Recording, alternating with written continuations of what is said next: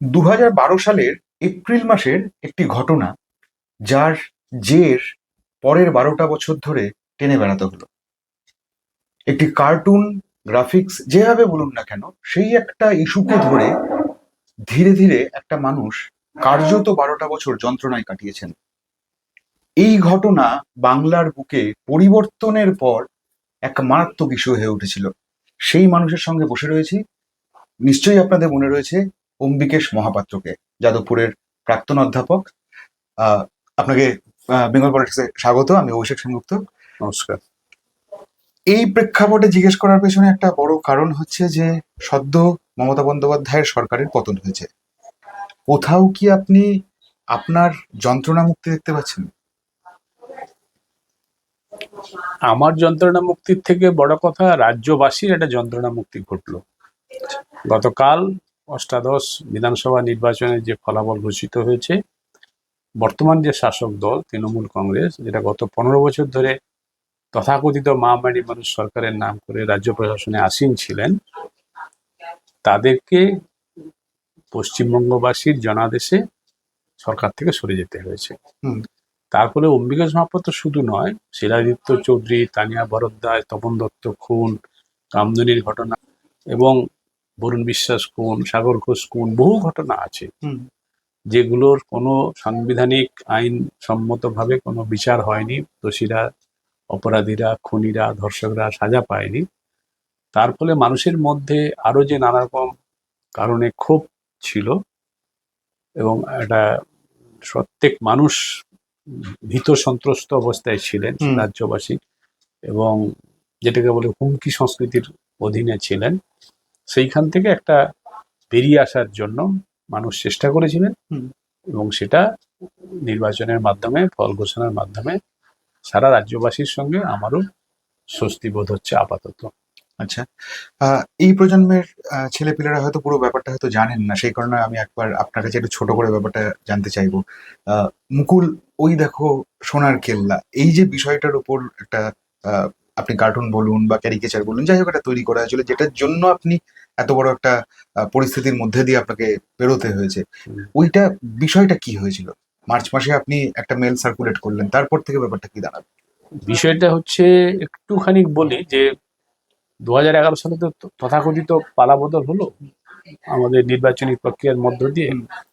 সেই নির্বাচনের প্রাক্কালে মমতা বন্দ্যোপাধ্যায়ের নেতৃত্বে যে মহাজোট হয়েছিল, নির্বাচনী জোট, সেই জোটের একটা স্লোগান ছিল, আকাশ বাতাস মুখরিত স্লোগান। কি সেই স্লোগান? দলতন্ত্র নয়, গণতন্ত্র চাই, বদলা নয়, বদল চাই। এবং মানুষ আশীর্বাদ দিয়ে, ভোট দিয়ে মমতা বন্দ্যোপাধ্যায়কে ক্ষমতায় এনেছিলেন। এবং ক্ষমতায় আসার পর থেকে তৃণমূল কংগ্রেসের যে রাজনৈতিক সংস্কৃতি, রাজনৈতিক দর্শন, মমতা বন্দ্যোপাধ্যায়ের নেতৃত্বে তাকে ব্যবহার করে একের পর এক ঘটনা ঘটতে থাকে। তপন দত্ত খুন হয়ে যান তৃণমূল কর্মী, তারপরে পার্শ্বে ঘটনা ঘটে, সেটাকে নিয়ে মমতা বন্দ্যোপাধ্যায় হেয় করেন বা নানা রকম কটূক্তি ব্যঙ্গোক্তি করেন। সেই সময় রায়গঞ্জ ইউনিভার্সিটি কলেজের একজন অধ্যক্ষ, তাকে প্রিন্সিপালের চেয়ার থেকে টেনে নিয়ে এসে তৃণমূলের বহিরাগত দুষ্কৃতীরা তাকে শারীরিক হেনস্থা করেছিলেন। এবং নানান ঘটনা যখন ঘটছে, তখন রাজ্যবাসী অবাক হয়ে যাচ্ছে। সেরকম একটি সময় 2012 সালের 12 এপ্রিল আমি যাদবপুর বিশ্ববিদ্যালয়ে অধ্যাপনা করতাম। সেখান থেকে আমি রাত্রিবেলা 9টার সময় বাড়ি ফিরছি, আমার বাড়িতে নিউগুড়িয়া সময় আবাসনে। হঠাৎ রাত 9টার সময় এই আবাসনের মধ্যে একটি পথে, রাস্তায়, তৃণমূলের 10-12 জন আমাকে ঘিরে ধরে, আমাকে টেনে হিচড়ে সময় আবাসনের অফিসে নিয়ে যায়। তখন এই কোলাজ কার্টুনটা আমাকে প্রিন্টেড কপি দেখিয়ে বলে, আপনি কি এই কার্টুনটা ফরওয়ার্ড করেছিলেন ইমেলে? আমি স্বীকার করি। স্বীকার করার সঙ্গে সঙ্গে বলে যে মাননীয় মুখ্যমন্ত্রীকে অপমান করা হয়েছে, সম্মানহানি ঘটনা হয়েছে বলে, আর আমার কোনো উত্তর দেওয়ার সুযোগ না দিয়ে আমাকে চারদিকে ঘিরে থাকা 70-80 জন দুষ্কৃতী, তৃণমূল আশ্রিত দুষ্কৃতী, তারা চর, থাপ্পড়, লাথি, ঘুষি, কুৎসিত গালিগালাজ এবং প্রাণনাশের হুমকি দিতে থাকে। তখন আমি খুব বিহ্বল হয়ে পড়ি, কান্নাকাটি করি, হাত জোড়ো করে তাদের কাছে প্রাণ ভিক্ষা করি। তখন ওই দুষ্কৃতী দলের নেতা, তৃণমূলের স্থানীয় নেতা, তিনি আমাকে বলেন যে ঠিক আছে, আপনাকে আমি আর মারবো না, কিন্তু আপনাকে আমাদের নির্দেশিত বয়ানে মুচলেখা লিখতে হবে। আচ্ছা, তখন আমি প্রাণের তাগিদে মুচলেখাটা লিখলাম। লেখার পরে যেটা দেখলাম অদ্ভুত ঘটনা, যে সেই তৃণমূল আশ্রিত দুষ্কৃতী দলের নেতা তিনি একটা ওভারফোন কাউকে ফোন করলেন, সঙ্গে সঙ্গে দুজন পূর্ব যাদবপুর থানার পুলিশ আধিকারিক আবাসন অফিসে ঢুকলেন এবং তাকে ভার্বাল ডিরেকশন দেওয়া হলো, মৌখিক নির্দেশ দেওয়া হলো যে এই অম্বিকেশ মহাপাত্র আর সেই সময় আমাদের আবাসনের সম্পাদক ছিলেন সুব্রত সেনগুপ্ত, এই দুজনকে থানায় নিয়ে যেতে। কি অভিযোগ, কেন থানায় নিয়ে যাওয়া হবে কোনো প্রশ্ন উত্তর নয়, সরাসরি নির্দেশ আর সরাসরি কাজ। আমাদের দুজনকে পূর্ব যাদবপুর থানার তৎকালীন সেই থানার দুজন আধিকারিক আমাদেরকে নিয়ে পুলিশ ভ্যানে চাপিয়ে পূর্ব যাদবপুর থানায় নিয়ে চলে গেলেন। আর পেছন পেছন সেই 70-80 জনের দুষ্কৃতী জনের বাইক বাহিনী, এবং সেই বাইক বাহিনী থানার সামনে প্রহরায় থাকলেন সারা রাত ধরে, যাতে কেউ গিয়ে আমাদের থানা থেকে ছাড়িয়ে না নিয়ে আসতে পারে। এবং সেই রাত্রে আমাদের থানায় নিয়ে যাওয়ার পরে নানান কায়দায় ওদের কাছ থেকে একটা অভিযোগপত্র নিয়ে নেওয়া হয়, লিখিত অভিযোগপত্র দুষ্কৃতীদের কাছ থেকে। অভিযোগপত্রের ভিত্তিতে একটা অ্যারেস্ট মেমো রেডি করা হয় 4টে ক্রিমিনাল সেকশন দিয়ে আমাদের সইটই করিয়ে ওই মেডিকেল টেস্ট একটা করতে হয়, সেটা বাঘাযতীন স্টেট জেনারেল হাসপাতাল থেকে করিয়ে আমাদের রাত্রে লকআপে ঢুকিয়ে দেওয়া হয়, পূর্ব যাদবপুর থানার লকআপে। পরের দিন সকালবেলা 10:30 11টা নাগাদ কোর্টে থানার লকআপ থেকে বার করিয়ে আবার পূর্ব যাদবপুর বাঘাযতীন স্টেট জেনারেল হাসপাতালে নিয়ে গিয়ে একটা মেডিকেল ভেরিফিকেশন না চেক আপ এটা করিয়ে আমাদের নিয়ে গিয়ে আলিপুর ক্রিমিনাল কোর্টের লকআপে ঢুকিয়ে দেওয়া হয়। এবং তারপরে রাজ্য সরকারের পুলিশের তরফ থেকে আমাদেরকে, আমি আর সুব্রত সেনগুপ্তকে 14 দিন জেল হেফাজত চেয়েছিল রাজ্য সরকারের পুলিশ বিভাগ। কিন্তু যে কোনো কারণে হোক সেই দিন সকাল থেকে আমাদের গ্রেপ্তারের খবরে রাজ্যের সাধারণ মানুষ, এমনকি আমাদের যাদবপুর বিশ্ববিদ্যালয়ের ছাত্র ছাত্রী, গবেষক, আধিকারিক, কর্মচারী, শিক্ষকরা প্রতিবাদে যাদবপুর বিশ্ববিদ্যালয়ের ক্যাম্পাসে মিছিল বার করে। এবং প্রচুর মিডিয়া, স্থানীয় এবং জাতীয় স্তরের প্রচুর মিডিয়া ক্যামেরা বুম টুম নিয়ে আলিপুর ক্রিমিনাল কোর্টে উপস্থিত হয়ে যায়। এই পরিস্থিতিটাকে লক্ষ্য করে চিফ জুডিশিয়াল ম্যাজিস্ট্রেট আমাদের জামিনের আবেদনটাকে মঞ্জুর করে। আচ্ছা, মঞ্জুর করার ফলে আমরা জামিনটা পাই, এবং যখন জামিন পাচ্ছি 13 এপ্রিল 2012, সেই দিনটা ছিল বিশেষ করে বাংলা বছরের শেষ দিন, যাকে বলে চৈত্র সংক্রান্তি। আচ্ছা, যখন আমরা জামিন পেলাম আলিপুরের ক্রিমিনাল কোর্টের লকআপ থেকে বেরোলাম জামিনে, তখন সূর্য পশ্চিম পাটে মানে অস্তমিত হতে যাচ্ছে। তো যাই হোক, তারপরে সেদিন যাদবপুর বিশ্ববিদ্যালয়ের অনেক ছাত্রছাত্রী, মাস্টারমশাইরা কোর্ট চত্বরে ছিলেন। তারা আমাকে বললেন বিশেষ করে যে আমরা তোমার পাশে আছি, এবং সকাল থেকে যাদবপুর বিশ্ববিদ্যালয়ের ছাত্রছাত্রীরা তোমার এই গ্রেপ্তারের প্রতিবাদে রাস্তায়, মানে আবাসন বলছি, আমাদের যাদবপুর বিশ্ববিদ্যালয়ের ক্যাম্পাসের মধ্যে মিছিল করছে। এইটা শোনার পরে আমি একজন বিশ্ববিদ্যালয়ের শিক্ষক, আর আমার গ্রেপ্তারের প্রতিবাদে আমার ছাত্ররা রাস্তায় প্রতিবাদ করছে, কারণ আমি একটা মনে জোর পাই, ভরসা পাই, এবং এটাই আমি মনে করি যে এই অন্যায়ের বিরুদ্ধে আমাকে প্রতিবাদে সরব হতে হবে।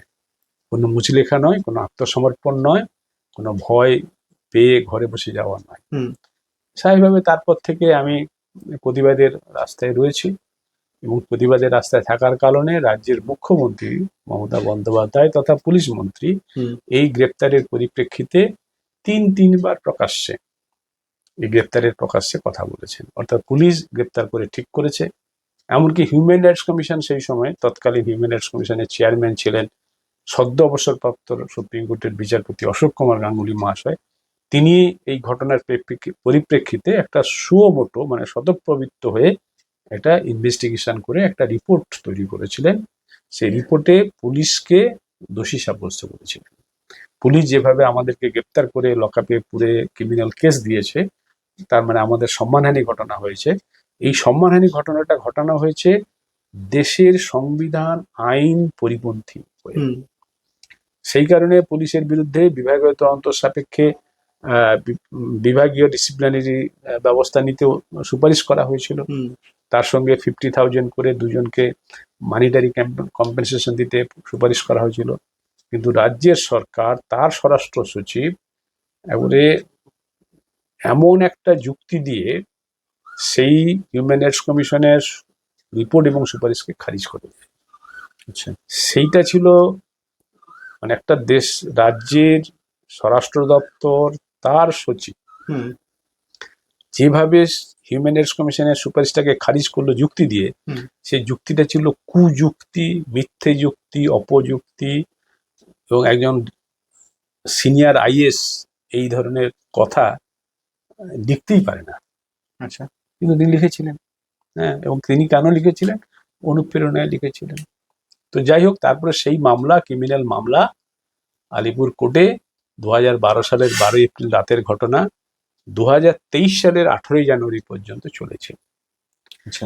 কিন্তু এইখানে বলে রাখা ভালো যে এই মামলাটা যখন আলিপুর কোর্টে চলছে, আমরা তো জামিন পেলাম, তারপরে একটা স্টেপ থাকে, থানার যে আইও, ইনভেস্টিগেটিং অফিসার, তারা একটা বিস্তৃত তদন্ত করে কোর্টের কাছে একটা চার্জশিট জমা করে। হুম অ্যারেস্টের সময় 4টে সেকশন দিয়ে অ্যারেস্ট করা হয়েছিল, অ্যারেস্ট মেমোতে 4টে সেকশন উল্লেখ ছিল। মামলা যখন শুরু করা হয় কোর্টে তখন 4টে সেকশন ছিল, কিন্তু যখন চার্জশিট জমা হলো হুম তখন কেবলমাত্র একটি সেকশন ছিল, বাকি 3টে সেকশনের সাপোর্টিভ কোনো ডকুমেন্ট দিতে পারে। আচ্ছা। তাহলে 3টে সেকশন ড্রপ হয়ে গেল, বাতিল হয়ে গেল, বাকি একটা সেকশন রইল। যে সেকশনটা তখনও ছিল চার্জশিটের বয়ানে, সেটা ছিল তথ্য প্রযুক্তি আইনের 66A। 66A ধারা। হুম এবং ঘটনাচক্রে যখন আমাকে অ্যারেস্ট করা হয়েছিল তখন এই ধারাটা আমাদের দেশের আইনে বলবৎ ছিল। আচ্ছা। এবং 2012 সালের নভেম্বর মাসে একটি এই ধরনের ঘটনার পরিপ্রেক্ষিতে, সেটা মহারাষ্ট্রে ঘটেছিল, পরিপ্রেক্ষিতে দিল্লিতে সুপ্রিম কোর্টে একটি জনস্বার্থ মামলা হয়েছিল। এবং সেই মামলার বিষয়বস্তু ছিল যে 66A ধারাটাকে মিস ইউজ করা হচ্ছে বিভিন্ন রাজ্যে পুলিশের দ্বারা, এবং এর ফলে দেশের সংবিধান অনুযায়ী যে মৌলিক অধিকার, স্বাধীন মত প্রকাশের অধিকার, সেটা আক্রান্ত হচ্ছে। আচ্ছা। অতএব এই ধারাটাকে ইমিডিয়েটলি আমাদের দেশের আইনের ধারা থেকে বাদ দিতে হবে। এই ভিত্তিতে একটা জনস্বার্থ মামলা সুপ্রিম কোর্টে 2012 সালের নভেম্বর মাসে যায়। এবং সেই মামলার যে পিটিশন, সেই পিটিশনের মধ্যে আমার ঘটনাটারও একটা উল্লেখ ছিল যে কোথায় 66A মিস ইউজ হচ্ছে। কারণ আমার ঘটনাটা শুধু আমাদের সময় আবার শোন আমাদের বিশ্ববিদ্যালয়ের মধ্যে সীমাবদ্ধ ছিল না, এই ঘটনার ব্যাপ্তি সারা রাজ্য জুড়ে, সারা দেশ জুড়ে, এমনকি দেশের বাইরেও এর প্রচার হয়েছিল। দেশ বিদেশের মানুষও এর বিরুদ্ধে সরব হয়েছিল, নানারকম চিঠি চাপাটিও হয়েছিল, ইত্যাদি ঘটনা ঘটেছিল। তো স্বাভাবিকভাবে সেই মামলা, যেটা সুপ্রিম কোর্টে জনস্বার্থ মামলা হিসাবে এসছিল, তার চূড়ান্ত রায় বেরিয়েছিল 2015 সালের 24শে মার্চ, তারিখটা আমার খুব স্পষ্ট মনে আছে। সুপ্রিম কোর্ট থেকে যখন রায়টা বেরোলো, জনস্বার্থ মামলার রায়, তখন সুপ্রিম কোর্ট থেকে পরিষ্কার করে বলা হলো যে হেন্সফোর্থ, আজ থেকে এই ধারাটা ভারতবর্ষের আইনের বই থেকে বাতিল করা হলো চিরতরে। কোন ধারা? 66A অফ আইটি অ্যাক্ট চিরতরে বাতিল হলো, মানে এই ধারা আর কোথাও কোনোদিন ব্যবহার হবে না গ্রেপ্তারের ক্ষেত্রে, মামলা সাজানোর ক্ষেত্রে। কিন্তু ঘটনাচক্রে সেই ধারাতে আমার বিরুদ্ধে চার্জশিট আলিপুর কোর্টে পেন্ডিং। আলিপুর কোর্ট মানে কলকাতা মহানগরের একটি কোর্ট। এবং তার সঙ্গে এই অর্ডারটাও সুপ্রিম কোর্ট থেকে হলো যে এই ধারাতে যদি সারা ভারতবর্ষে কোনো কোর্টে মামলা পেন্ডিং থাকে, সেই মামলাটাকে ইমিডিয়েটলি ক্লোজ করতে হবে, আর তার প্রসিডিংস এগিয়ে নিয়ে যাওয়ার কোনো সুযোগ নেই, মামলাটা ওখানে ক্লোজ করতে হবে। ক্লোজ কে করবে? বিচারপতি করবে, যে বিচারপতির হাতে মামলাটা পেন্ডিং আছে। এবং কিসের ভিত্তিতে ক্লোজ করবে? সুপ্রিম কোর্টের অর্ডারের ভিত্তিতে। সেই সুপ্রিম কোর্টের অর্ডারের কপি আমরা এনে বিচারকের কাছে পৌঁছে দিলাম। বিচারকের কাছে এমনিতে চলে আসে তাদের প্রসিডিওর অনুযায়ী, কিন্তু তা সত্ত্বেও আমরা আলাদা করে কোর্টের জাজমেন্ট আমরা দিলাম আলিপুর ক্রিমিনাল কোর্টে। 2015 সালের ঘটনা, তারপরেও কিন্তু 2023 সাল অব্দি মামলাটা চলেছে, আরো 8টা বছর চলবে। চলছে। এটাই হচ্ছে সবচেয়ে বেশি বিস্ময়ের ব্যাপার। বিষয়টা কত রকম ভাবে অভিজ্ঞতা থেকে আমি বুঝেছি, অভিজ্ঞতার কোষ্ঠীপাতরে বুঝেছি। অভিযোগটা ভিত্তিতে অ্যারেস্ট চলে না, অ্যারেস্ট হয়েছে। অ্যারেস্ট হলে ক্রিমিনাল সেকশন দিয়ে এরকম কোনো মানে মামলা দায়ের হয় না, মামলা দায়ের হয়েছে। মামলা দায়ের হলে চার্জশিট হয় না, চার্জশিট হয়েছে। চার্জশিটের যে ধারাতে চার্জশিট হয়েছে সেই ধারাটা বাতিল হয়ে গেলে আসে মামলা থাকে না, মামলা থেকেছে। এবং কিভাবে মামলা থেকে আমি নিষ্কৃতি পেয়েছি সেটা বললে, আমি একসময় ভেবেছিলাম বোধহয় নিষ্কৃতি পাওয়াই যাবে না, যতদিন মমতা বন্দ্যোপাধ্যায় ক্ষমতায় থাকবে, যতদিন মমতা বন্দ্যোপাধ্যায়ের নেতৃত্বে সারা রাজ্য পরিচালিত হবে, প্রশাসন পরিচালিত হবে, ততদিন এই মামলা থেকে নিষ্কৃতি পাওয়া যাবে না। কেন কথাটা বলছিলাম? যে আমি নিজের অভিজ্ঞতা দেখেছি যে এই যে স্বাধীন মত প্রকাশের অধিকার হরণ করা হচ্ছে, সাংবিধানিক অধিকার হরণ করা হচ্ছে, শুধু আমার নয়, অনেকেরই অসংখ্য লোকের নানানভাবে নানান কায়দায়, তার পেছনে যে শক্তিটা কাজ করছে সেটা হচ্ছে অবশ্যই রাষ্ট্রশক্তি। রাষ্ট্রশক্তি বলতে এখানে কি, রাজ্যের যে শাসক দল, তার সঙ্গে তাদের আশ্রিত দুষ্কৃতী, তার সঙ্গে পুলিশ প্রশাসন, তার সঙ্গে বিচার ব্যবস্থা। হ্যাঁ, এতগুলো জায়গাকে তিনি এক জায়গায় নিয়ে আসতে পেরেছেন।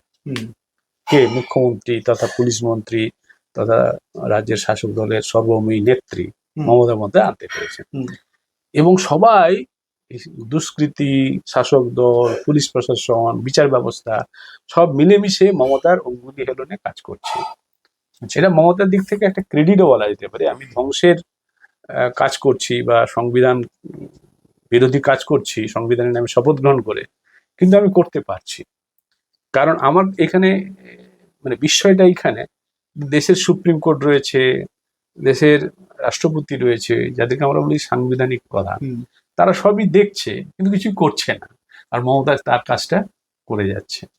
এই অবস্থা থেকে বোঝা গেছিল, সেদিনে আমি বুঝেছিলাম যে এই সাংবিধানিক প্রধান রাজ্যপাল কি, এই সাংবিধানিক প্রধান রাষ্ট্রপতি কি, সাংবিধানিক প্রধান চিফ জাস্টিস অফ ইন্ডিয়া, এরা সাধারণ মানুষের অধিকার রক্ষায় তারা দায়িত্বে আছেন, কিন্তু তারা দায়িত্বটা পালন করছেন না এবং করবেন না। প্রভাবশালী হলে, অর্থশালী হলে হয়তো কিছুটা হতো, কিন্তু যেহেতু আমি সাধারণ নাগরিক, আমার অত প্রভাব নেই, অর্থ নেই, তাই রাষ্ট্র যেভাবে আমাকে অত্যাচার করছে, সে অত্যাচার চলতেই থাকে। কিন্তু তখন আমি জানতাম যে আলটিমেটলি এখান থেকে যদি আমাকে নিষ্কৃতি পেতে হয়, সেটা ওই জন আদালতের রায়ে নিষ্কৃতিটা মিলতে পারে। জন আদালত ব্যাপারটা অনেক বড় বিষয়, এবং তার একটা আদালত হচ্ছে নির্বাচন, এবং সব জনগণ সেদিনকে তার মতদান করে, প্রয়োজন হলে এই অত্যাচারী রাজাকে সরিয়ে দিতে পারে। সেই সত্যজিৎ রায়ের হীরক রাজার দেশের একটা গানই আছে, হ্যাঁ, গানটার কথাটা ঠিক মনে পড়ছে না, যে রাজা তোমার ছাড়ো গদি, এরকম একটা কি গান আছে আর কি। তো সেটাই আলটিমেটলি কালকের নির্বাচনের ফলাফলের মধ্যে সেটা হয়েছে। কিন্তু যাই হোক, ইতিমধ্যে ওই মামলাটা আমার মিটে গেছিল, ওই যেটা কার্টুন কাণ্ডের মামলা।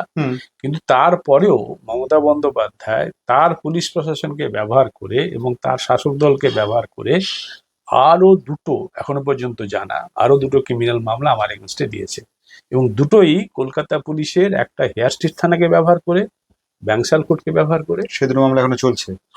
আর একটা হচ্ছে হরিদেবপুর থানাকে ব্যবহার করে এবং আলিপুর ক্রিমিনাল কোর্টকে ব্যবহার করে। ব্যাংসাল কোর্টের যে মামলাটা, যেটা হেয়ার স্ট্রিট থানা থেকে হয়েছিল 2014 সালের ডিসেম্বর মাসে সেটা করা হয়েছিল, সেটা আমি 3 বছর 5 মাস মামলা লড়েছি ব্যাংসাল কোর্টে, তারপরে সেটা নিষ্কৃতি পাওয়া গেছে। মানে বেকসুর খালাস হতেই হবে, আর কিন্তু মেটেরিয়াল কিছু নেই, সবটা মিথ্যার উপরে নির্ভর করে। কিন্তু আলিপুরে যেটা এখনো পেন্ডিং আছে হরিদেবপুর থানাকে ব্যবহার করে 2016 সাল থেকে, সেটা এখনো পেন্ডিং আছে, এবং পেন্ডিং থাকার কারণে আমার বিরুদ্ধে পুলিশ ভেরিফিকেশনে অ্যাডভার্স রিপোর্ট যাচ্ছে পাসপোর্ট অফিসে, তাহলে আমার পাসপোর্ট রিনিউয়ালটা আটকে আছে। আচ্ছা, আমার যে ইন্ডিয়ান পাসপোর্ট, যেটা রিনিউয়াল করলে 10 বছরের জন্য রিনিউয়াল হয়, সেটা আটকে গেছে, অনেক বছর হলো আটকে গেছে, আমি পাসপোর্ট রিনিউয়াল করতে পারছি না। ফলে আমি ইউএসএ যাওয়ার যে ভিসা অ্যাপ্লাই করতে পারছি না। আমার ছোট মেয়ে ইউএসএ তে পিএইচডি করে একটি বিশ্ববিদ্যালয়ে, আমার যাওয়ার প্রয়োজনও আছে, মেয়েও চাইছে, কিন্তু ভিসার জন্য অ্যাপ্লাই করতে পারছি না, কারণ আমার পাসপোর্ট নেই। আমার পাসপোর্ট কেন নেই না, আমি পাসপোর্টে রিনিউয়াল করতে পারছি না। কেন করতে পারছি না? না, মহানগরের আলিপুর ক্রিমিনাল কোর্টে আমার বিরুদ্ধে একটা ক্রিমিনাল কেস আছে, যেখানে আমার এগেনস্টে চার্জশিট হয়ে গেছে, আমার এগেনস্টে ওয়ারেন্ট অফ অ্যারেস্টও জারি হয়ে গেছে। অতএব এরকম একটা কেসে পুলিশ ভেরিফিকেশন রিপোর্ট অ্যাডভার্স যাচ্ছে, হ্যাঁ, ডকুমেন্টারি এভিডেন্সে আমি ক্রিমিনাল কেসের আসামি যেন হচ্ছে না, অর্থাৎ এখন একটা মামলা এখনো পেন্ডিং আছে। আপনার এই কার্টুনটা মানে এই কার্টুনটা তৈরি হলো কিভাবে? মানে আপনি নিজে বানিয়েছিলেন, নাকি এই কার্টুনটা আপনি কোথা থেকে পেয়েছিলেন, সেটা সার্কুলেট করেছিলেন, বা সার্কুলেট করলে কেন করলেন? এই এই কয়েকটা প্রশ্ন আসছে আপনার কাছে।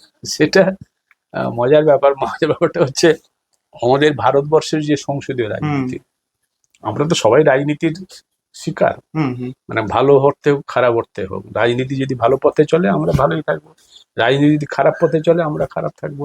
অর্থাৎ আমরা রাজনীতির প্রভাবের বাইরে কেউ নই। আমি হুম সক্রিয় রাজনীতি করি না করি, আমি রাজনীতি সচেতন হই না হই, হ্যাঁ, আমি রাজনৈতিক দলের কর্মী হই না হই, তাতে কিছু যায় আসে না। কিন্তু আমরা সমস্ত রাজ্যবাসী, সমস্ত দেশবাসী, একবারে বাচ্চা ছেলে থেকে বুড়ো পর্যন্ত সবাই রাজনীতি দ্বারা প্রভাবিত।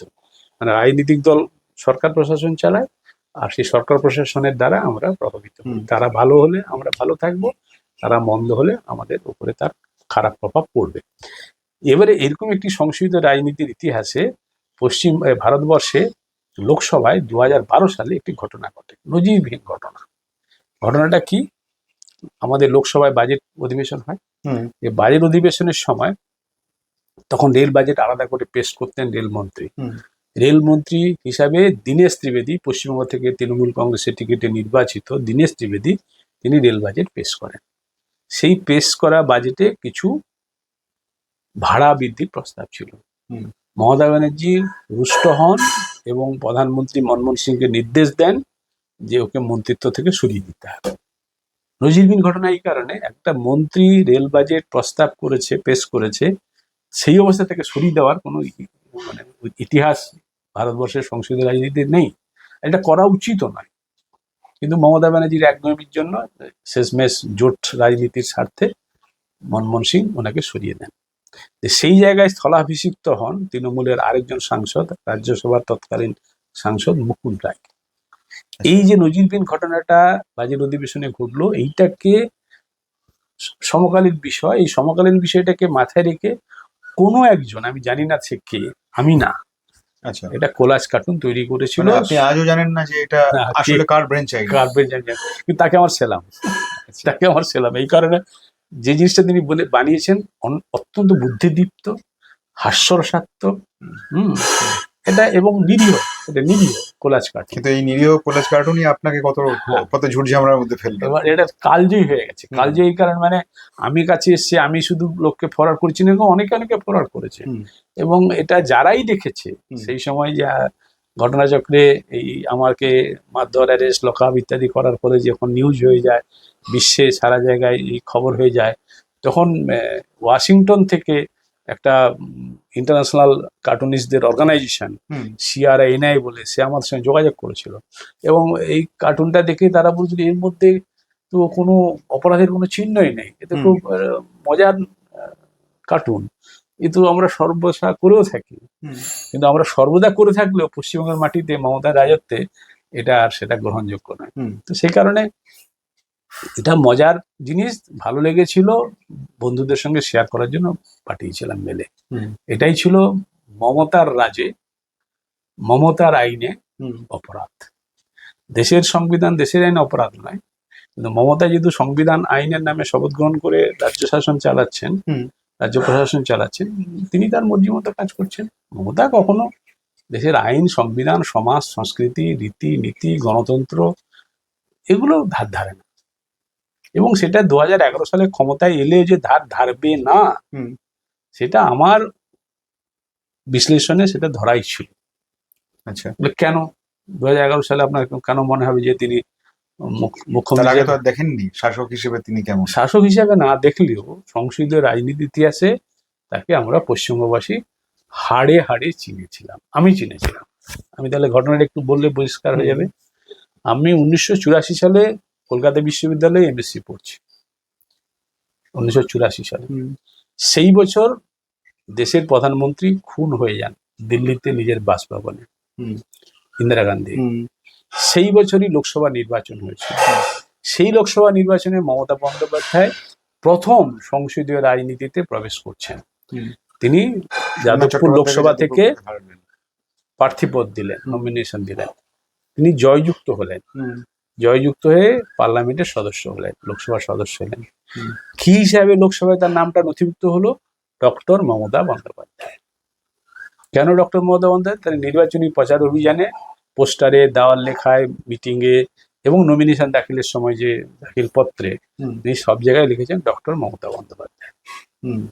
খুব স্বাভাবিক, অনেকেরই ডক্টর থাকতে পারে, ওনারও নিশ্চয়ই ছিল, কিন্তু পার্লামেন্টে নির্বাচিত হয়ে অংশগ্রহণ করার পরে পার্লামেন্টে প্রশ্ন উঠে যে ইনি যে ডক্টরেট ডিগ্রিটা পেয়েছেন কোন বিশ্ববিদ্যালয় থেকে পেয়েছেন। স্বাভাবিক প্রশ্ন, ডক্টরেট ডিগ্রি তো আর হাটে বাজারে কিনতে পাওয়া যায় না, কারো আলমারি থেকে আছে এটা পেড়ে দিয়ে দিলাম ডক্টরেট ডিগ্রি, সে তো হয় না।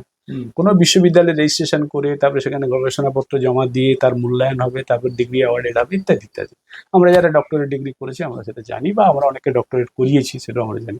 তো কোনো না কোনো বিশ্ববিদ্যালয়ে তার তো এমন একটি বিশ্ববিদ্যালয়ে তিনি নাম বললেন যে বিশ্ববিদ্যালয় মহাবিশ্বে কোথাও নেই, তার কোনো অস্তিত্ব নেই। আচ্ছা, তার মানেটা কি? তার মানে তিনি একটা ভুয়া ডক্টর ডিগ্রি ব্যবহার করেছেন এবং নির্বাচক মন্ডলীর কাছে গিয়ে সেটা উনি বলেছেন, এবং নির্বাচক মন্ডলী তার দ্বারা কিছুটা না কিছুটা প্রভাবিত হয়েছে। যেন মহিলা ডক্টর ডিগ্রি করেছে, এ আমাদের নির্বাচিত হলে ভালো হবে, অর্থাৎ তিনি নির্বাচক মন্ডলীকে প্রতারিত করেছেন। তাহলে যিনি সংসদীয় নির্বাচনের অভিষেক পর্বে, সংসদীয় রাজনীতির অভিষেক পর্বে এই ধরনের নির্বাচক মন্ডলীকে যিনি প্রতারিত করতে পারেন, তিনি আবার 1998 সালে কংগ্রেস দল ভেঙে নিজে একটা দল তৈরি করলেন। দল তৈরি করে পশ্চিমবঙ্গের মাটিতে যে জিনিস কোনোদিনই ঘটেনি, কি জিনিস ঘটেনি না, বিজেপিকে পশ্চিমবঙ্গের মাটিতে কেউ কখনো জায়গা দেয়নি, কেউ তার সঙ্গে হাত মেলায়নি। মমতা ব্যানার্জি প্রথম বিজেপির সঙ্গে 1998 সালে লোকসভা ভোটে হাত মেলান। যে বিজেপি 1980 সালে সারা ভারতে তৈরি হলো, 98 সাল পর্যন্ত পশ্চিমবঙ্গের মাটিতে পদ্ম ফুলের চাষ করতে পারলেন না, সাম্প্রদায়িক রাজনীতির কারণে, হিন্দুত্বের রাজনীতির কারণে পশ্চিমবঙ্গের মাটিতে যার কোনো স্থান নেই, সেইখানে মমতা ব্যানার্জি ওনার সঙ্গে জোট করলেন, মানে বিজেপির সঙ্গে জোট করে 98 সালে একটি লোকসভা আসন জিততে সাহায্য করলেন বিজেপিকে। আচ্ছা, সেইবারে দমদম লোকসভা থেকে তপন সিকদার জয়যুক্ত হয়েছে। তপন সিকদার, হ্যাঁ হ্যাঁ। তারপরে বছর ওই মন্ত্রিসভা বেশি দিন টেকেনি, মাত্র 13 মাস টিকেছিল। তারপরে আবার 99 সালে ভোট হয়। 99 সালে মমতা বন্দ্যোপাধ্যায় আবার বিজেপির সঙ্গে জোট করে নির্বাচনী জোট, সেই নির্বাচনী জোটেও আবার তৃণমূল বিজেপি 2টি আসনে জয়যুক্ত হয়। আচ্ছা, তপন সিকদার দমদম থেকে আর কৃষ্ণনগর থেকে সত্যব্রত মুখার্জি। আচ্ছা, অর্থাৎ পশ্চিমবঙ্গের মাটিতে পদ্ম ফুলকে জায়গা করে দেওয়া, পদ্ম ফুলের চাষ করতে সুযোগ করে দেওয়া মমতা ব্যানার্জি হাত মিলিয়েছিল, যে রবীন্দ্র নজরুলের মাটিতে পদ্ম ফুলের চাষের কোনো সুযোগ ছিল না। যাই হোক, এটা তিনি করেছেন। তারপরে তার কিছুদিন পরে 2006 সালে যখন আমাদের রাজ্যে বিধানসভা নির্বাচনের মধ্য দিয়ে রাজ্যের বেকার যুবকদের কর্মসংস্থানের একটা দিশা দেখিয়ে নির্বাচনে জিতে আসলেন বুদ্ধদেব ভট্টাচার্য। সিঙ্গুর হবে, শালবনীতে কারখানা হবে, অমুক জায়গায় তমুক হবে, মানে শিল্পায়নের একটা স্বপ্ন দেখালেন এবং খানিকটা বাস্তবায়িত করতে কাজও শুরু হয়ে গেছিল। তখন তিনি এমন একটা নৈরাজ্য সারা রাজ্য জুড়ে তৈরি করলেন, নিতাইয়ের ঘটনা ঘটলো, নন্দীগ্রামের ঘটনা ঘটলো, সিঙ্গুরে ঘটনা ঘটলো, এবং সিঙ্গুরকে ঘিরে ধর্মতলায় 26 দিনের অনশন হলো, তার মধ্যে দিয়ে ওজন বেড়ে গেল, ইত্যাদি নানান ঘটনা আছে। তারপরে বিধানসভায় ঢুকে বিধানসভা ভাঙচুরও করলো মমতা বন্দ্যোপাধ্যায় তার অনুগামী বিধায়কদের দিয়ে। এই যে রাজনৈতিক দর্শন, নৈরাজ্য তৈরি করো, টাটার এখান থেকে কারখানা না করে চলে যাক, নন্দীগ্রামে মিথ্যে নানা রকম প্রোপাগান্ডা করে ওখানে যে কেমিক্যাল হাওয়ার একটা সম্ভাবনা ছিল সেটাকে চিরতরে বিদায় করলেন।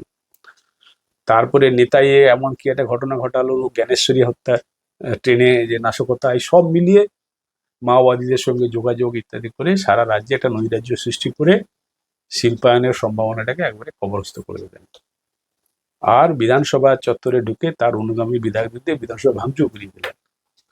তাহলে এই যখন তার রাজনৈতিক ইতিহাস, তিনি যদি কখনো প্রশাসনের মাথায় বসেন তিনি কি করবেন সেটা অনুমেয়, আমার অনুমানে সেটা ছিলই, ও সেটাই ফাইনালি রাজ্যের ক্ষেত্রে ঘটেছে। চুরি, দুর্নীতি, স্বজন পোষণ, রাহাজানি, খুনকে এবারে সরকারিকরণ করে দিয়েছে। মানুষ অতিষ্ঠ হয়ে পড়েছে, মানুষ সুযোগ করছিল ভোটদানের মাধ্যমে যেভাবে সরকারকে সরাতে। সেই কাজটা এইবারে নির্বাচনে তারা সুযোগ পেয়েছে, এর আগে কখনো পায়নি। এর আগে সবসময় ভোট লুট হতো। মমতা ব্যানার্জি খুব ভালো করেই জানতো যে আমি যদি অবাধ শান্তিপূর্ণ ভোটের পরিবেশ দিই, তাহলে মানুষ নিজের পছন্দ মতো প্রার্থীকে ভোট দিলে তার দল তার সরকার টিকবে না, যেমন তিনি ভোট লুট করতেন। আপনি একটা জিনিস বলুন, সেটা হচ্ছে যে আপনি মমতা বন্দ্যোপাধ্যায়ের ওই ফেজটা, মানে আপনি 84 সাল থেকে একটা লম্বা সময়ের কথা বললেন আপনি। 84 থেকে 2011। হ্যাঁ, 2011 অব্দি, এমনি মানে আরো ভালো করে বললে 2026 অব্দি, গতকাল পর্যন্ত আপনি যদি মুখ্যমন্ত্রী পরের পিরিয়ডটা, 15 বছর। উত্থান থেকে শুরু করে মুখ্যমন্ত্রী পিরিয়ডটা পুরোটা যদি দেখেন, আপনি কিভাবে অ্যাসেস করবেন মুখ্যমন্ত্রীকে, মানে শুধু মুখ্যমন্ত্রী হিসেবে না, নেত্রী হিসেবে মমতা বন্দ্যোপাধ্যায়কে আপনি কিভাবে অ্যাসেস করবেন? মানে মমতা বন্দ্যোপাধ্যায়ের দুটো দিক আছে। হুম একটা হচ্ছে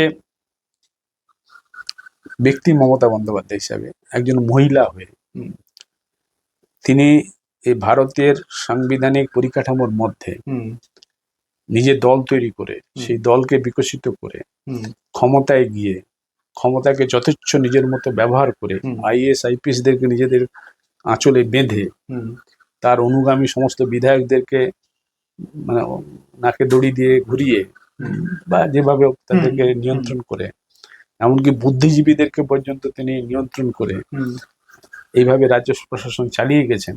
এর জন্য একটা ক্রেডিট তার প্রাপ্য। আচ্ছা, যেটা রাজ্যের ধ্বংস হচ্ছে, সংবিধান ধ্বংস আর হচ্ছে। দ্বিতীয় দিকটা?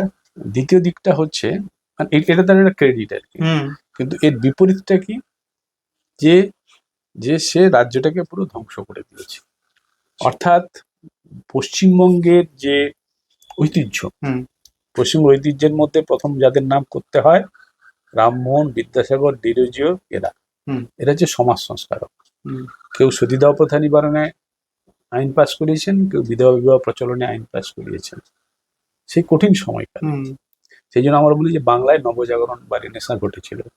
ইউরোপের শিক্ষা থেকে পাশ্চাত্য শিক্ষা নিয়ে এসে এখানে করা হয়েছিল। সেই নবজাগরণের হাত ধরে পশ্চিমবঙ্গের মাটিতে যেমন অনেক বিপ্লবী কর্মকাণ্ডের লোক এখানে রয়েছে, মানে স্বাধীনতা সংগ্রামী বহু মানুষ পশ্চিমবঙ্গের ছিলেন, ঠিক তেমনি পশ্চিমবঙ্গের শিক্ষা, সংস্কৃতি, বিজ্ঞান চর্চা, কুসংস্কার বিরোধী আন্দোলন সবসময় এখানে অগ্রাধিকার পেয়েছে। এবং পশ্চিমবঙ্গ থেকে রবীন্দ্রনাথ নোবেল পুরস্কার পেয়েছেন, পশ্চিমবঙ্গ থেকে মাদার টেরেসা এখানে কাজ করে নোবেল পুরস্কার পেয়েছেন, পশ্চিমবঙ্গের অমর্ত্য সেন নোবেল পুরস্কার পেয়েছেন, পশ্চিমবঙ্গ থেকে সত্যজিৎ রায় অস্কার পুরস্কার পেয়েছেন বাঙালি হিসেবে। অর্থাৎ বাঙালিকে বিশ্বের দরবারে পৌঁছে দেওয়া পশ্চিমবঙ্গবাসী করেছে। অর্থাৎ পশ্চিমবঙ্গের যে ঐতিহ্য, সংস্কৃতি, শিক্ষা, বিজ্ঞান চর্চা, কুসংস্কার বিরোধী আন্দোলন, সমাজ সংস্কারের আন্দোলন, এটা অগ্রণী ভূমিকা, যেটা ভারতবর্ষের অন্যান্য রাজ্যের থেকে অনেকটা এগিয়ে থাকে। সেই রাজ্যটাকে একবার তছনছ করে দেওয়ার যদি ক্রেডিট কাউকে নিতে হয়, সেটা অবশ্যই মমতা বন্দ্যোপাধ্যায় আর তার সৌজন্যে RSS বিজেপি। আপনি দুটো শেডের কথা বললেন মমতা বন্দ্যোপাধ্যায়ের। আমি রাগ আমরা বাংলা ক্ষেত্রে বলে থাকি, চলতি বাংলায় বলে থাকি, এটা হয়তো একটু খারাপ অর্থে বলা হয়। যদি উষ্মা বলি, আপনি এই দুটো চরিত্রে মমতা বন্দ্যোপাধ্যায়ের কোন চরিত্রটার প্রতি আপনার উষ্মা বেশি থাকবে? অবশ্যই রাজ্যটাকে যে ধ্বংস করে দিল, মানে দ্বিতীয়টা কোনো সন্দেহ নেই। আচ্ছা, কারণ এর মধ্য দিয়ে আমি যেমন ক্ষতিগ্রস্ত হচ্ছি, সারা রাজ্যবাসী ক্ষতিগ্রস্ত হচ্ছে এবং রাজ্যটা ক্ষতিগ্রস্ত হচ্ছে। এবং এখান থেকে রাজ্যটাকে আবার আগের জায়গায় ফিরিয়ে আনা খুব চ্যালেঞ্জের বিষয়, বুঝতে পেরেছি। কঠিন বিষয়। 4 মে রাত্রেবেলা আপনি কি খুব নিশ্চিন্তে ঘুমিয়েছেন? স্বস্তিতে ঘুমিয়েছি। আমি মানে সব দিনই স্বস্তিতে ঘুমাই, কারণ আমি খুব কঠিন সময়েও আমি খুব ভেঙে পড়ি না। আচ্ছা, এটা আমার বৈশিষ্ট্য হতে পারে, চারিত্রিক বৈশিষ্ট্য হতে পারে। এবং এটা বিশেষ করে 2011 সালের 12 সালে যে রাত্রিবেলার অপারেশনটা হলো, মমতা ব্যানার্জির নেতৃত্বে যে অপারেশনটা হয়েছিল, সেই অপারেশনে আমি একটু বিহ্বল হয়ে গেছিলাম এবং ভয় পেয়ে গেছিলাম, এটা ঠিকই। কিন্তু পরের দিন তখন দেখলাম যে এত হাজার হাজার মানুষ প্রতিবাদে সামিল হয়েছে এবং আমার জন্য তারা রাত হাঁটছে, করছে, আমার ছাত্ররা বিশেষ করে, আমার আবাসনের আবাসিকরাও মিছিল করেছে, সব মিলিয়ে আমাকে একটা আলাদা শক্তি দিয়েছে আর কি। আচ্ছা, সেই শক্তিটা একটা অন্য শক্তি আর কি, যে না, আমি তো কোনো অন্যায় করিনি, আমি কেন ভয় পাবো? আপনার এই ফেজটার সময় আপনার মানে ঘটনাটা ঘটার পর যখন আপনি ধীরে ধীরে ব্যাপারটা থেকে বেরিয়ে আসছেন, একটা ট্রমা থেকে বেরিয়ে আসছেন দাদা, আপনি ওই সময় মমতা বন্দ্যোপাধ্যায়ের সঙ্গে আপনি কখনো মুখোমুখি দেখা হয়েছে কখনো? না, কোনোদিনই না। মানে আজ পর্যন্ত কোনোদিন মুখোমুখি দেখা নেই। যদি মুখোমুখি দেখা হয় আপনি কি বলবেন আপনার ইস্যুটা নিয়ে? না, প্রথম কথা হচ্ছে আমি কখনো আহ, নিজে ভুল করেছি আমাকে মাফ করে দাও এই কথা কখনো বলবো না। হুম হুম। হ্যাঁ, আর আমি কারো অনুকম্পায় বাঁচতে চাই না। আচ্ছা। হ্যাঁ, মানে আমি একটা জিনিস, সে উৎপল দত্তের নাটক দেখতাম রেগুলার, পিএলটি বলে একটা নাটকের হুম গ্রুপ ছিল, হুম পিপুলস লিটল থিয়েটার। হুম তার যে পাম্পলেট গুলো নাটকের হলে ঢোকার আগে আগে হাতে হাতে দেওয়া হতো, মানে হুম পয়সা দিয়ে কিনতে হতো, হুম তাতে একটা ওনার একটা ক্যাপশন থাকতো, হুম মানে ওটা একটা মানে স্লোগান টাইপের আর কি, মানুষকে করুণা করো না, করুণায় মানুষের অপমান হয়। হ্যাঁ, আমি কারোর প্রতি যদি করুণা করি, হুম। আমি করুণা করলে কিন্তু তার অপমান হবে, তাকে অপমান করা হবে। তা আমিও কারো করুণা ভিক্ষা প্রার্থী হতে চাই না। বুঝতে পারছি। আমি যেটা পেতে চাই, হুম আমার প্রাপ্য হিসাবে পেতে চাই, হুম অর্জন করে পেতে চাই। কেউ আমাকে করুণা করে, মমতা ব্যানার্জি যদি নিজে বলে যে না এটা ভুল হয়েছে, হুম আমি মামলাটা তুলে নিচ্ছি, হুম আমি তাকে ধন্যবাদ জানাবো। মানুষ ভুল করে, হুম কেউ যদি ভুলটা বুঝতে পেরে সে ভুলটা শুধরে নেয়, হুম তাহলে তাকে অবশ্যই ক্ষমা করা উচিত, ধন্যবাদ দেওয়া উচিত। এবং এখানে একটা ঘটনা বলা দরকার। হুম ঘটনাটা হচ্ছে, প্রেস কাউন্সিল অফ ইন্ডিয়া বলে একটা সংস্থা আছে হুম হুম, ন্যাশনাল অবশ্যই লেভেল, অবশ্যই, হ্যাঁ হ্যাঁ। তার চেয়ারম্যান তখন ছিলেন সুপ্রিম কোর্টের অবসরপ্রাপ্ত বিচারপতি মার্কেন্ডেয় কাটজু। আচ্ছা। আমি কয়েক বছর আগের কথা বলছি, 12-13 সালের ঘটনা বলছি, আমি তখন আমার ঘটনা যখন ঘটেছিল। হুম মার্কেন্ডেয় কাটজু আমার ঘটনা ঘটার কয়েক মাস আগে পশ্চিমবঙ্গ সফরে কোনো কারণে এসেছিলেন। হুম এসে তখন মমতা ব্যানার্জি সরকারে এসছেন, মমতা ব্যানার্জি খুব প্রশংসা করেন প্রেস কনফারেন্স, হুম বাম সরকারকে হটিয়ে ক্ষমতায় এসছে এতদিনে আর ইত্যাদি ইত্যাদি। তারপরে আমার ঘটনা, শিলাজিৎ চৌধুরী ঘটনাগুলো যখন পরপর ঘটতে থাকলো, হুম তখন আমি মার্কেন্ডীয় কার্যকে একটা মেল করি, ইমেল করি, আচ্ছা। যে আপনি এসে মমতা ব্যানার্জির এত প্রশংসা করে গেলেন, কিন্তু আমার উপরে এই ঘটনা ঘটেছে। একজন প্রান্তিক কৃষক বিনপুরের ঝাড়গ্রাম জেলার শিলাজিৎ চৌধুরী পরে এরকম মমতা করেছে, তাকে গ্রেপ্তার করেছে, তাকে লক আপে রেখেছিল 24 দিন, এই 14 দিন জেল হেফাজতে ইত্যাদি। তিনি আমার এই মেলটা পাওয়ার পরে মমতা ব্যানার্জিকে অ্যাড্রেস করে একটা চিঠি লেখেন আমার বক্তব্যের প্রেক্ষিতে, এবং সেই চিঠিতে তিনি বলেন যে আমি জানতাম যে তুমি ভালো অ্যাডমিনিস্ট্রেটর, কিন্তু এই দুটো ঘটনা এটা কখনো ঘটতে পারে না, তুমি এগুলো ভুল স্বীকার করে এই মামলাগুলো প্রত্যাহার করো। কে বলছে? তৎকালীন প্রেস কাউন্সিল অফ ইন্ডিয়ার চেয়ারম্যান হুম মার্কেন্ডেয় কাটজু, যিনি মমতার প্রশংসায় পঞ্চমুখ ছিলেন এই ঘটনাগুলো ঘটে যাওয়ার আগে। হুম সেই কারণে তিনি মমতাকে নিজের বোনের মতো মনে করে পরামর্শটা দিয়েছিলেন হুম। মেলে, চিঠিতে। চিঠির কপি আমার কাছে আছে, আচ্ছা। আমাকে একটা কপিও পাঠিয়েছিলেন। সেই কপি মমতা পাওয়ার পরে যখন মিডিয়া হাউসের কাছে খবরটা গেছে, মিডিয়া হাউসের কাছে মমতা ব্যানার্জি বলেছে, ও কি মানে গালাগাল দিয়েছে মার্কেন্ড কাটজু, কি রাজা চলে বাজার কুকুর ভোকে হাজার, নাকি এরকম একটা গালাগাল দিয়েছে। অর্থাৎ মার্কেন্ড কাটজুকে পর্যন্ত গালাগাল দিয়ে দিয়েছে। অতএব মমতা বন্দ্যোপাধ্যায়, মানে বললাম যে সে কারোর কোনো কথা শুনতে রাজি না। এই যে বাংলা যে মমতা বন্দ্যোপাধ্যায় শূন্য হলো, তাতে কি বাংলার উপকার হবে? মমতা বন্দ্যোপাধ্যায় কোথায় শূন্য হলো? তার আসন সংখ্যা তো শূন্য আসন হয় না। সংখ্যা শূন্য হলো না, কিন্তু শাসন ক্ষমতায় সরাসরি তো আর রইলো না। না, সেটা তো সেটা হচ্ছে যে কোনো 5 বছর অন্তর নির্বাচন তো হয়। হুম এখন আমাদের গণতান্ত্রিক দেশে নির্বাচনে যত রকম ম্যানিপুলেশন হোক বা লেভেল প্লেইং ফিল্ড নেই, কেউ টাকা দিয়ে কেউ এই দিয়ে সেই দিয়ে হুম ম্যানিপুলেশনটা করছে, হলেও কিন্তু এখনো 5 বছর তো নির্বাচনটা হচ্ছে। হুম নির্বাচন যেদিন হবে না সে তো আলাদা পরিস্থিতি হুম হবে। নির্বাচন হলে কেউ হারবে কেউ জিতবে। এবারে মমতা ব্যানার্জি হেরেছে, একটা স্বস্তি, আগামী 5 বছর পরে মমতা ব্যানার্জি ফিরবে না এমন কোনো গ্যারেন্টি কি আছে? আবার ফিরে আসতে পারে, এমন কোনো কৌশল নিতে পারে, কারো কোনো সাহায্য নিতে পারে, কিভাবে কি করবে সেটা আমি আগাম বলতে পারবো না। নির্বাচনে হারলেই সে একেবারে শূন্য, আর কোনোদিন সে ফিরবে না, হুম। এটা তো ভাবার কোনো কারণ নেই। সংসদীয় রাজনীতিতে তো 5 বছর অন্তর তো পালা বদল হয়, ভোট হয়। বুঝেছি। হ্যাঁ, অনেকের একটা এরকম একটা মানে ভবিষ্যৎ ভাষ্য আছে হুম যে মমতা ব্যানার্জি যেদিন হেরে যাবে তার দলও সেদিন উঠে যাবে। হুম কিন্তু 81টা বিধানসভার আসনে জিতে আছে। দ্বিতীয়ত যে তার রাজ্যসভায় লোকসভায় অনেকগুলো সাংসদ আছে, হুম তার অনেকগুলো পুরসভায় তার চেয়ারম্যান কাউন্সিলর ভর্তি আছে, তার পঞ্চায়েতে এখনো প্রচুর জায়গায় জেলা পরিষদ থেকে সবকিছু তার দখলে আছে, এখনো ক্ষমতার তো অনেক অংশ তার আছে। তাতে মমতা ব্যানার্জিকে, উনি তো স্ট্রিট ফাইটার, এ নিয়ে কোনো সন্দেহ নেই। আমি যেটা একটু আগে বললাম না যে মহিলা একটা জায়গা থেকে, তার কোনো পলিটিক্যাল ব্যাকগ্রাউন্ড নেই, মানে তার বাবা পলিটিক্যাল সে নেতা ছিল, হ্যানা ছিল, ত্যানা ছিল, তাহলে না, একবার নিজে থেকে লড়াই করে দল তৈরি করে জিতে রাজ্যের ক্ষমতায় এসছে, এই পরিমাণ লোককে নাকে দড়ি দিয়ে ঘুরিয়েছে, সংবিধান বিরোধী কাজ হাসি মুখে করেছে, চুরি দুর্নীতি হাসি মুখে করেছে, মানে সবাইকে ঘোল খাইয়ে করিয়ে গেছে, সিনিয়র আইএস আইপিএস সবাইকে। এটা কম কৃতিত্ব নয়। হিটলার যেভাবে পেরেছিল, মুসলিনি যেভাবে পেরেছিল, মমতা তার স্টাইলে সেটা করতে পেরেছে। ইতিহাসে সেটা মানে কুখ্যাত হতে পারে, হুম কিন্তু কুখ্যাতের মধ্যে একটা খ্যাত কথাটা তো আছে। লোকে তো হিটলারের নাম সবাই চেনে, কিন্তু সবাই হয়তো লেনিনের নাম নাও চিনতে পারে। হুম যে কুখ্যাত হয় তাকে সবাই বেশি মনে রাখে, যে যন্ত্রণা দেয়, কষ্ট দেয়, তাকে সবাই মনে রাখে। হ্যাঁ, তো আপনি এই যন্ত্রণা কষ্টের জন্য আরো বেশি করে মনে হ্যাঁ, রাখবেন। অবশ্যই। মানুষ সুখের দিন খুব কম মনে রাখে, কষ্টের দিনটা বেশি মনে রাখে, এটাই স্বাভাবিক। থ্যাংক ইউ, ভালো থাকবেন। তুমিও ভালো থেকো।